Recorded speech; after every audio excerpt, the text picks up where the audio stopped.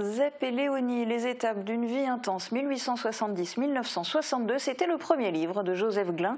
Aujourd'hui, son deuxième ouvrage est publié aux éditions L'Harmattan et il est notre invité du jour. Merci de participer à cette émission.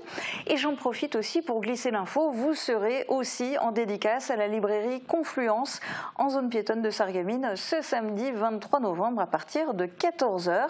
Et ce deuxième livre que vous venez de publier, c'est Algérie, quand tu nous tiens.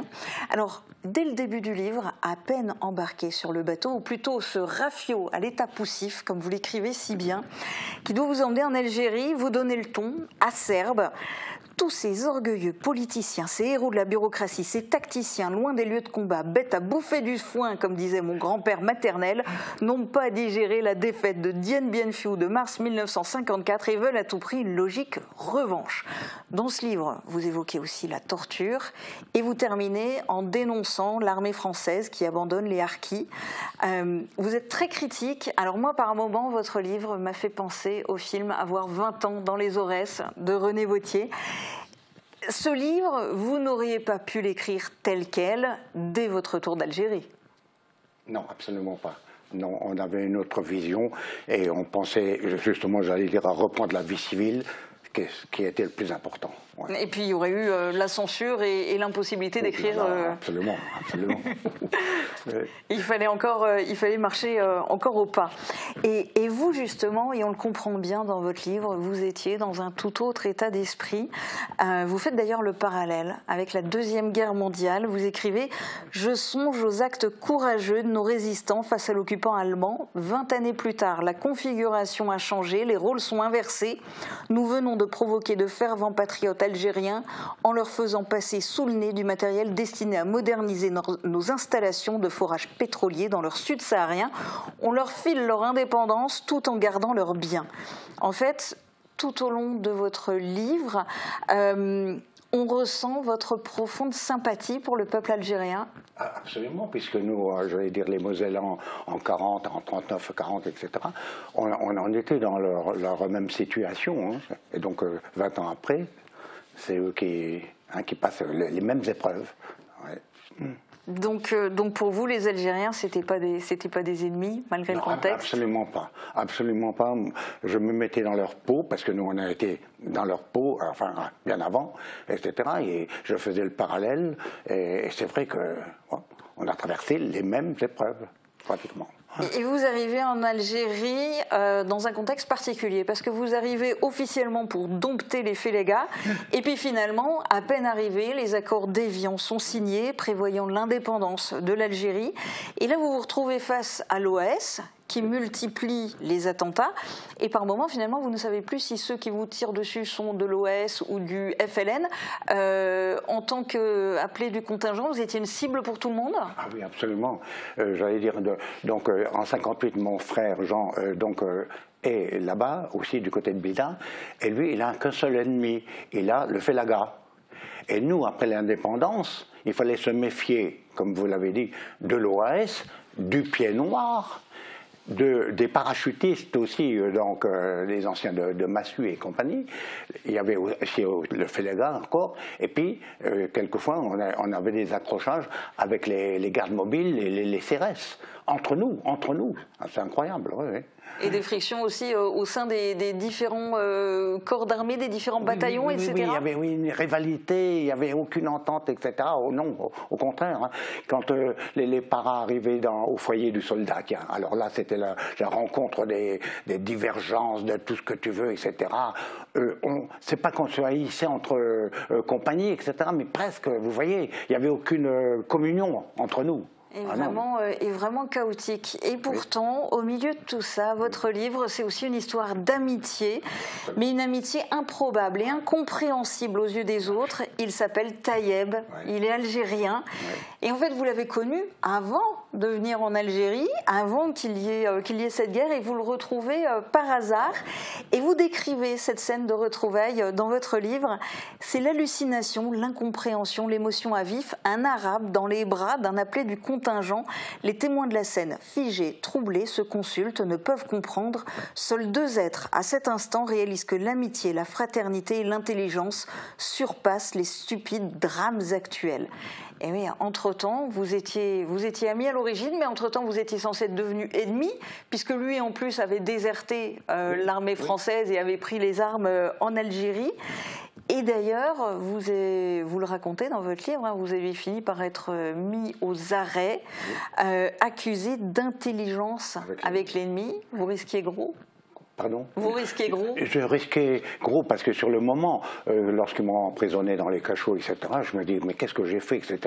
J'ai cru au départ que c'était parce que j'avais été mouchardé, que j'avais assisté à des scènes de torture dans notre caserne, dans les caves. Oui, parce que vous dénoncez pas que dans le livre, vous avez essayé de dénoncer déjà à l'époque, en fait. Hein. Oui, oui.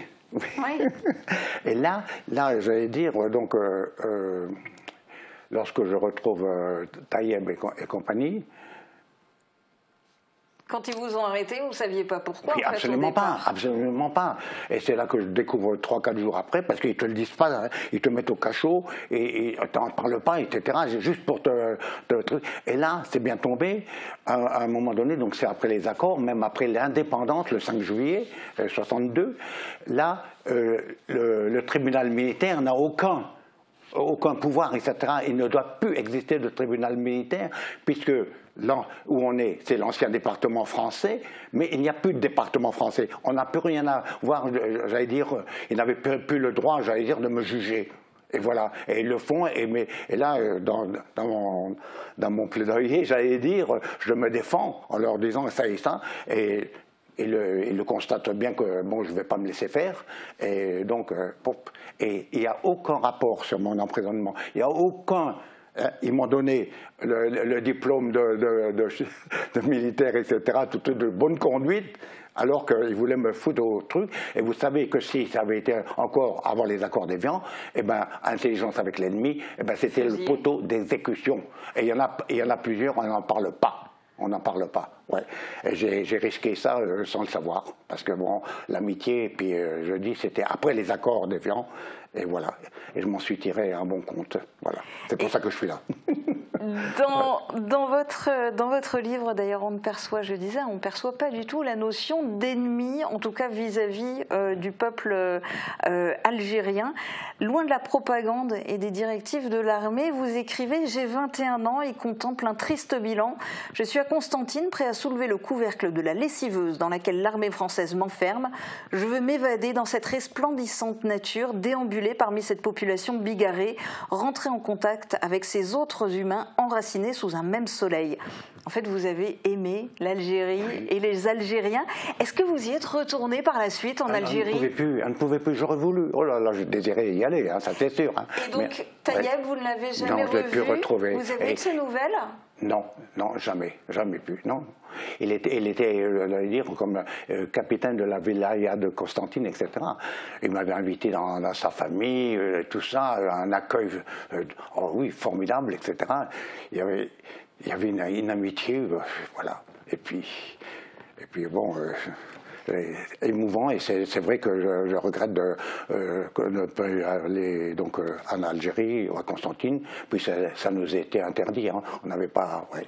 Et pourtant j'allais y aller, j'ai été inscrit pour la coopération, c'est-à-dire pour aller comme professeur, ouais, tout ça, tout là-bas, et puis ça s'est pas fait. Voilà. Et ça s'est pas fait. Ouais. Bon, mais en tout cas, tout ça et plus encore, tous ces épisodes sont à retrouver dans le livre Algérie quand tu nous tiens, un livre d'autant plus important que il y a énormément de choses qui ont été écrites sur la guerre d'Algérie, mais très peu de choses sur 62 et après, les mois qui ont suivi et tous ces épisodes liés aux accords d'Évian et liés au début de l'indépendance. Absolument. Et c'est camouflage de l'armée, hein, qui est donc.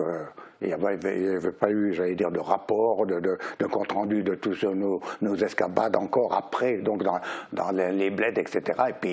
Et puis nos atrocités, parce qu'il y en a eu aussi après, j'allais dire, donc l'indépendance. Hein. Les scandales de l'armée française en Algérie, sur lequel on a jeté un voile opaque pendant très longtemps. Et bien, merci beaucoup de nous les avoir fait découvrir. Et puis, toutes ces histoires d'amitié, on le sait, elles sont très importantes pour vous. Dans votre livre, il est aussi beaucoup question de votre camarade Marcel, avec qui vous avez effectué votre service militaire. Et ce fameux Marcel, vous l'avez revu. La première fois, c'était il y a près de 2 ans, le 19 janvier 2023. Et c'était devant les caméras de Mosaïque Cristal. Alors je vous propose de finir cette émission en regardant à nouveau le reportage. Oh, c'est gentil, merci. Cette photo a été prise il y a plus de 60 ans. Joseph Glin au milieu et Marcel Bandel à droite. 2 amis qui se sont rencontrés lors de leur service militaire en Algérie et qui se sont perdus de vue en rentrant au pays.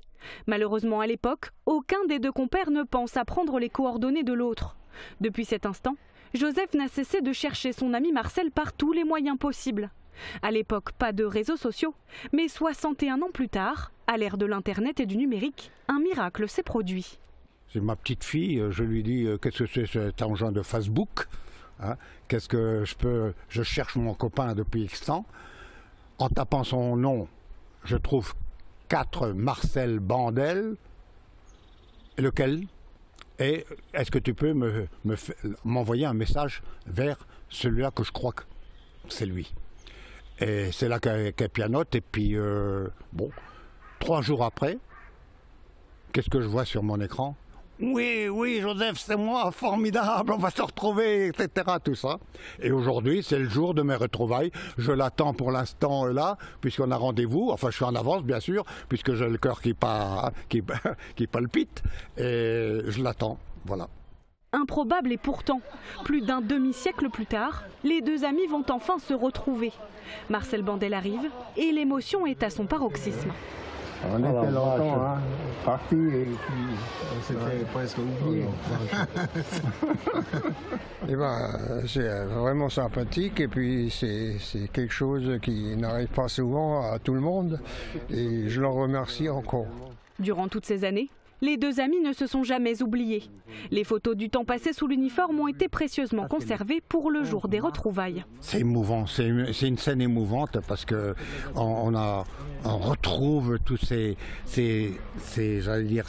images, en Allemagne, surtout en Algérie où on en a sué. Hein, pour ne pas dire un autre mot. Hein, voilà. Et puis là, c'est émouvant. Merci, je sais pas. Là. Voilà. Joseph en perd ses mots. Il est désormais temps pour les 2 compagnons de rattraper le temps perdu.